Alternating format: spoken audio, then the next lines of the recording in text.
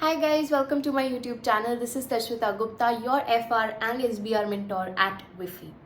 So today we got our results. So I hope all of you have got the good results, but there are people who have failed as well.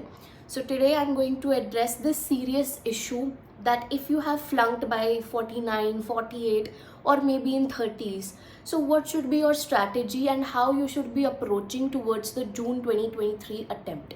So make sure you listen to this video. This is not something which I want to do for promotions, but this is really needed because I know that when a student fails, okay, what he's going through. I have many students or many people who follow me from my YouTube channel that they will respond to me after 2-3 days that ma'am, I failed. Now they are in that complex situation where first of all they don't want to, or you don't want to actually come out and talk about the failure.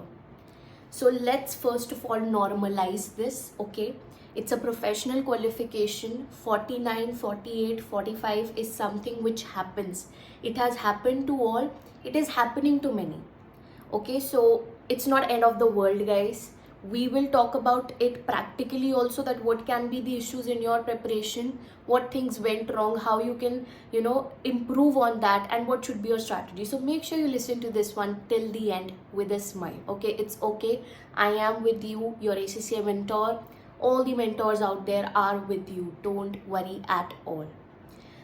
And the ones who have passed the exam today, since morning I've received so many good messages related to getting a 78, 76, 72, and so many messages for 50s, the lucky people who end up getting 50.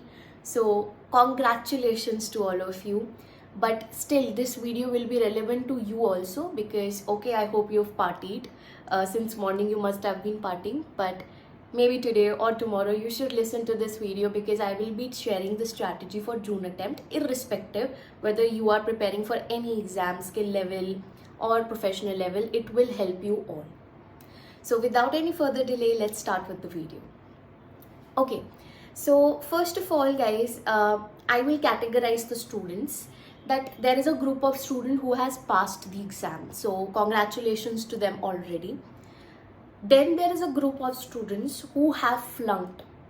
Now I will first talk about them because they need us right now, okay? They are in a situation where we should be extending our support and guiding them, okay? It's not that this is end of the world for them, but still they need some person to come up and talk that this is okay, okay? You can fail, it's allowed, it's not unethical. Maybe there was some luck issue or maybe some technical issue due to which you were not able to pass this time, but I'm sure you're gonna give a better comeback. I've seen people literally failing at 49 and then in the next attempt getting in 80s.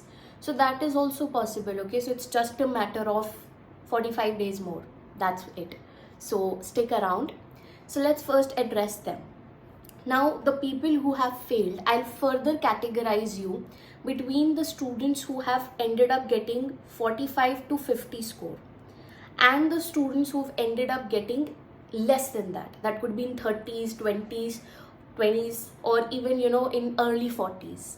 So if that was your score, guys, then honestly, if you are in early 30s, 40s, your concepts are little lacking.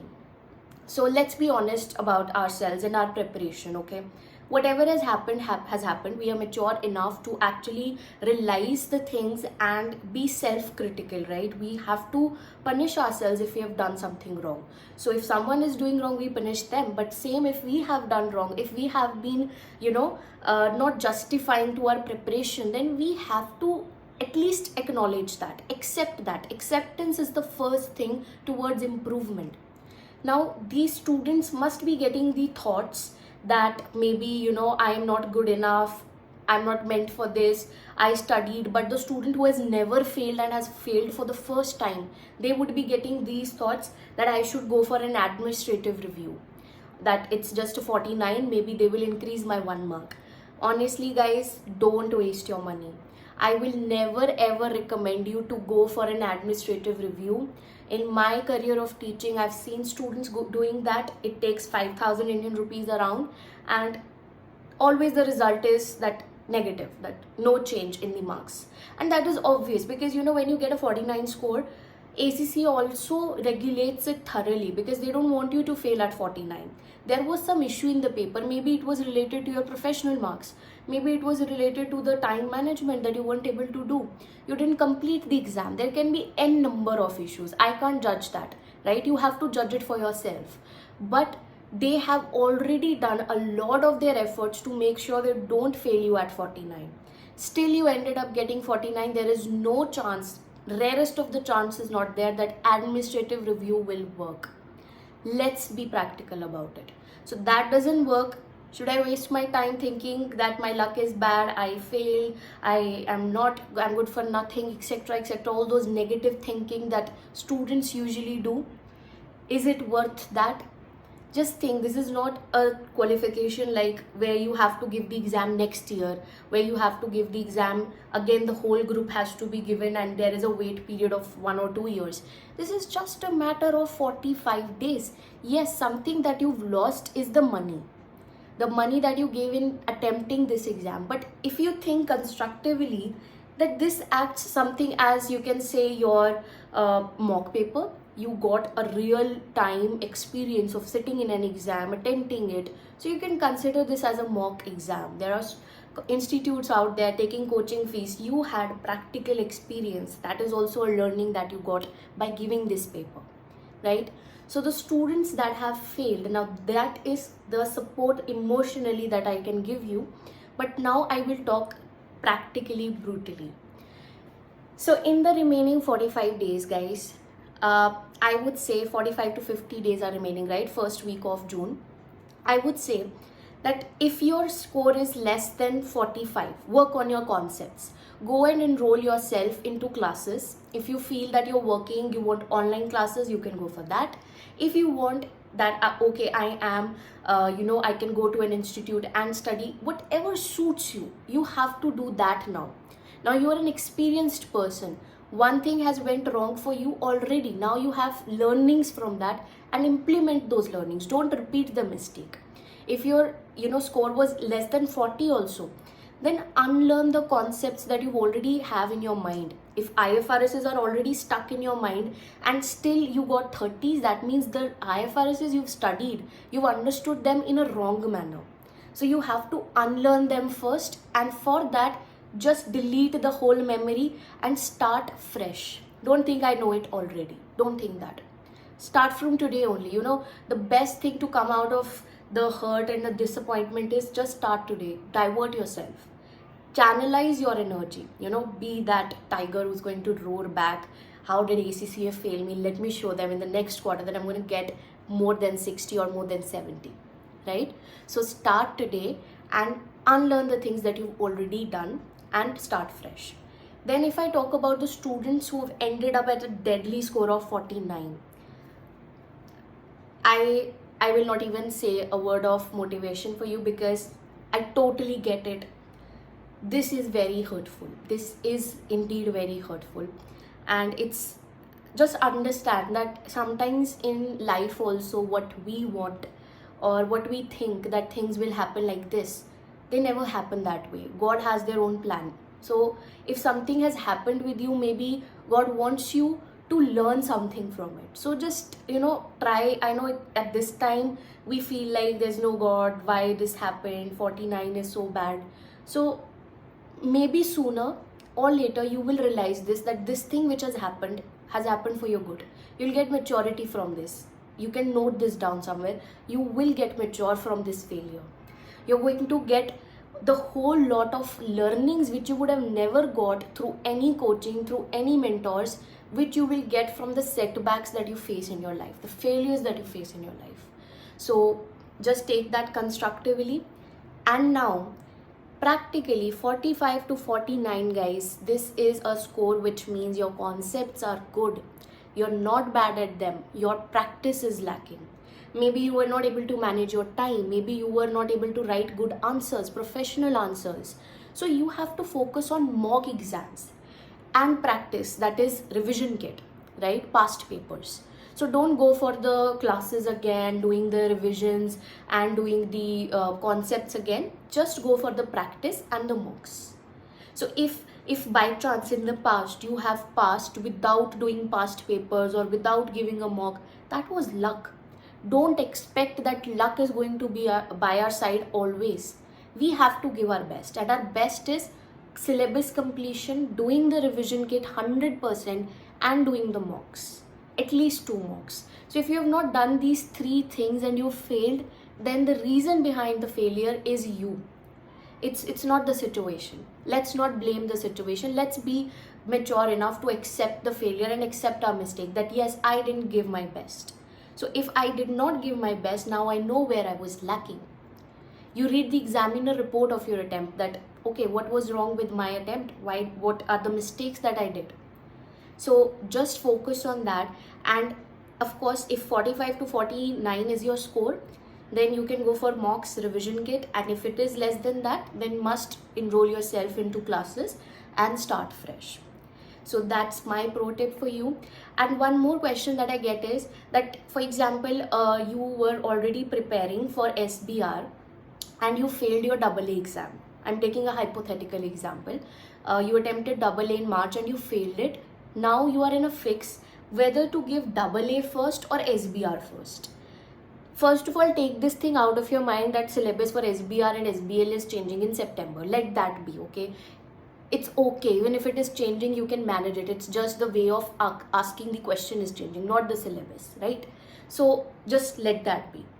Then still, if you are in the fix, you have to choose yourself based upon what is your level of preparation for SBR. In this example, what is your level of preparation? Have you completed it 50%, 60%? If yes, can you take the AA and SBR together? That would be the best possible outcome, going with them together.